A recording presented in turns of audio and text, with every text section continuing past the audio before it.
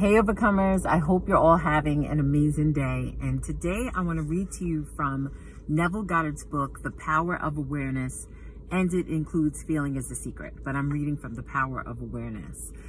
And basically this message is about how our awareness creates our lives, like what we are most aware of, what we are most focusing on, what we think about dominantly, that will be experienced in our lives.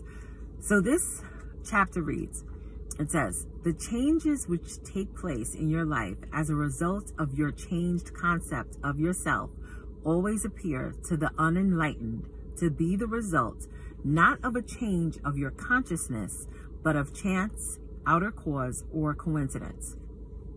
However, the only fate governing your life is the fate determined by your own concepts, your own assumptions. For an assumption, though false, if persisted in, will harden into fact. The ideal you seek and hope to attain will not manifest itself, will not be realized by you until you have imagined that you are already that ideal. There is no escape for you except by a radical psychological transformation of yourself, except by your assumption of the feeling of your wish fulfilled. Therefore, make results or accomplishments the crucial test of your ability to use your imagination. Everything depends on your attitude towards yourself. That which you will not affirm as true of yourself can never be realized by you, for that attitude alone is the necessary condition by which you realize your goal. All transformation is based upon suggestion, and this can work only where you lay yourself completely open to an influence. You must abandon yourself to your ideal as a woman abandons herself to love, for complete abandonment of self to it is the way to union with your ideal. You must assume the feeling of the wish fulfilled until your assumption has all the sensory vividness of reality. You must imagine that you are already experiencing what you desire. That is, you must assume the feeling of the fulfillment of your desire until you are possessed by it, and this feeling crowds all other ideas out of your consciousness. So I love how he talks about you must assume the feeling of the wish fulfilled, and he talks about giving it the sensory vividness of reality. Other books, he talks about giving it the tones of reality. See, here's the thing. In order to experience something in your outer world, you must first live it out in your mind. And this is what he talks about with the wish fulfilled, or assumptions hardening into facts. And the law of assumption basically is about whatever you assume to be true, that will be true for you. So in order to experience something in your outer world, you must first live it in your mind. You must mentally experience it before it will manifest in your outer world. That is the key. But I know it's hard because in this world, in this society, we have been taught that seeing is believing. We haven't been taught that you must believe a thing first before you will see it. But when you read the Bible and you go through like the different miracles that Jesus did, and even in, in the Old Testament, if you read the book of Esther and you read the story of Noah, go back to Genesis, the beginning, you will see that a lot of times there were opposing circumstances, and God gave them what appeared to be a strange instruction. In reality, the circumstance seemed so that they couldn't overcome it. It seemed insurmountable that, okay, there's no way that this will work out. And God gave them an instruction. And here's the thing. Often, you are going to have to walk by faith. And it's going to go against what, your finite mind is showing you. And this is why I always tell you, do not allow what you see in the natural to hinder what your spirit believes. Because often what you're believing for is going to be contrary. For example, if you have a health challenge, the doctor may have given you a negative health report. This is the time where you have to stand in your faith and you have to declare your healing amidst the negative report. If it's financial and you're going through certain stresses, you're going to have to start declaring your abundance before the abundance manifests in your reality.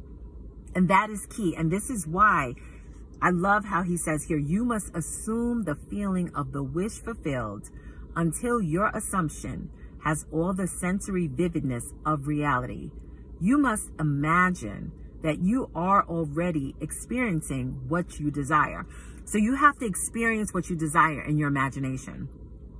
And this is why he says, imagination creates reality. That though a thing may be false, if persisted in, it will harden into fact. And that's the key. You have to persist in your assumptions, in the thing that you're assuming, in that dream life, in that vision, in that goal, whatever it is. You have to stay persistent amidst challenges, amidst things that may be showing up that's contrary. And this is why we walk by faith and not by sight. Right? And this is why every day, this is why the Bible talks about, be ye transformed by the renewing of your mind. You have to daily renew your mind to God's word, to his promises. Daily renew your mind to, like how Neville Goddard talks about, your assumptions, your imagination. Go there in your mind, because your thoughts, that's creating your reality. I know we've been taught the opposite. I know the world's going to encourage you to not walk by faith and to just go by what you see. Okay, and this is why discernment is so important. This is why discernment is key also in this life, to have a level of discernment and to have strong faith, because faith is what's going to help you to override the circumstances of life, because it's going to take faith to speak a thing and believe a thing into existence, and to stay persistent in that dream, that vision, that goal until it manifests. And like I said, I know it's difficult. Why? Because we don't control how something shows up or when.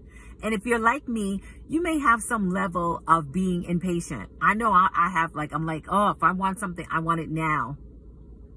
Especially if I believe God has given me a vision for it, has shown me the vision, the dream, the goal. Like, this is the goal. This is what you need to do.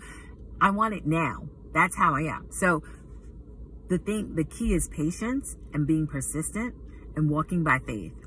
And like Neville Goddard said, use all the tones of reality, okay? Give it sensory vividness. So for example, if it's, I don't know, it's summertime, if it's a vacation you want to go, a certain place you want to go to, imagine you're there now. Take a few moments, close your eyes. Like, what would you be hearing? Would you be walking on the beach? Are you walking on a boardwalk? Like, are there people around you? Like, give it the tones of reality. If it's a book, some of you I know want to write books. See the book in your hand, envision, like, what is the book called? What's the title of the book? What is the book about? You know, the setting, like, think about all of those things. Give it the tones of reality, because as you keep going in your mind and using your imagination, in science, when we start to think new thoughts, it builds new neural pathways in our mind. And then our minds, our thoughts start to go towards that thing. Like, that ends up being your go-to. So, practical example. For people that are very negative, sometimes it's a challenge at first to start speaking affirmations over their life and start speaking life to their life, because they have been in such a negative state and such a negative programming for so long.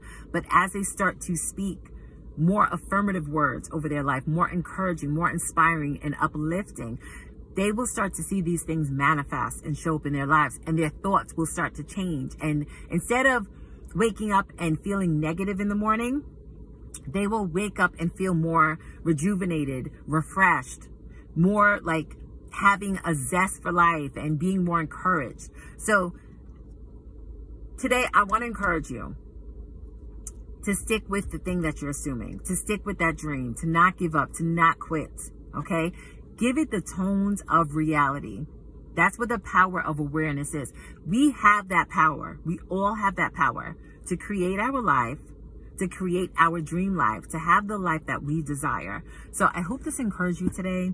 I hope it inspired you. Thank you so much for being here. I'm so thankful for all of you. Be an overcomer.